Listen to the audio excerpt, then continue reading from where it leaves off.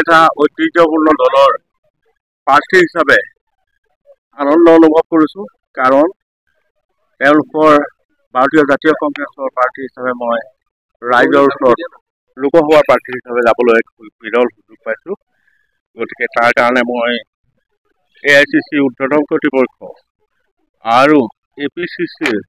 মাননীয় সভাপতি ভূপেন ভৰাদেৱলৈ আন্তৰিক ধন্যবাদ আৰু কৃতজ্ঞতা জনাইছোঁ নকৰোঁ ভৰ্ত্ৰ মোৰ ভাইৰ দৰে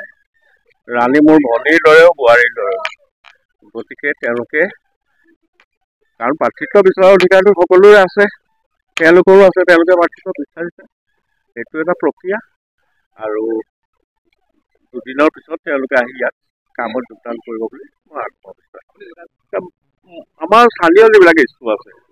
লখিমপুৰ ধেমাজি বা জোনাই ডুমডুমা শদিয়া আমাৰ স্থানীয় ইছ্যু বানপানী আমাৰ স্থানীয় সমস্যা হৈছে গৰাখহনীয়া আমাৰ আটাইতকৈ ডাঙৰ সমস্যা আমি আমাৰ প্ৰতি ভাবোঁ কি আমি ভয় খাই থাকোঁ কোমলখিনি বান প্ৰকল্প মাজে মাজে বাৰিষা হ'লে কেতিয়াবা গোফাৰ দাম ভাগে কেতিয়াবা কিবা কিবি ভাগে এই বানটো উন্নয়নৰ কাৰণে কৰা হৈছে বুলি চৰকাৰে কৈছে উন্নয়নৰ আমি বিৰোধী নহয় কিন্তু জনসাধাৰণৰ জীৱন আৰু সম্পত্তিৰ